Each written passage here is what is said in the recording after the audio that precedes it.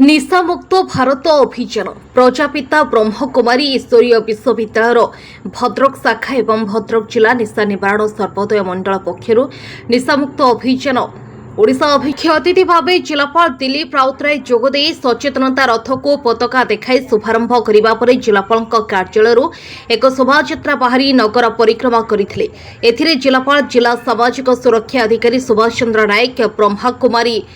मुख्य मंजू भौणी नंदिनी भौणी अक्षय भाई सौभाग्य भाई पंकज भाई जिला सर्वोदय मंडल सभापति अमर पाणिग्राही प्रमुख जोगदे तंबाकू बिक्री प्रचार प्रसार बंद करने निशा हटाओ देश बंचा निशारू दूर रहिबा मन को सुस्थ नियंत्रण सशक्त करने राजयोग माध्यम भारतीय संस्कृति प्राचीन परंपरा को बजाय रखी दुश्चिंता मानसिक विषाद निशा सेवन किपरि मुक्ति हो पारे ताहा उपरे गुरुत्व आरोप करते सचेतनता निशामुक्त ओडिशा अभियान रथ जिलार विभिन्न स्थान में परिक्रमा कर लोकों सचेतनता वार्ता प्रदान करा ब्यूरो रिपोर्ट ओडिशा 24 न्यूज।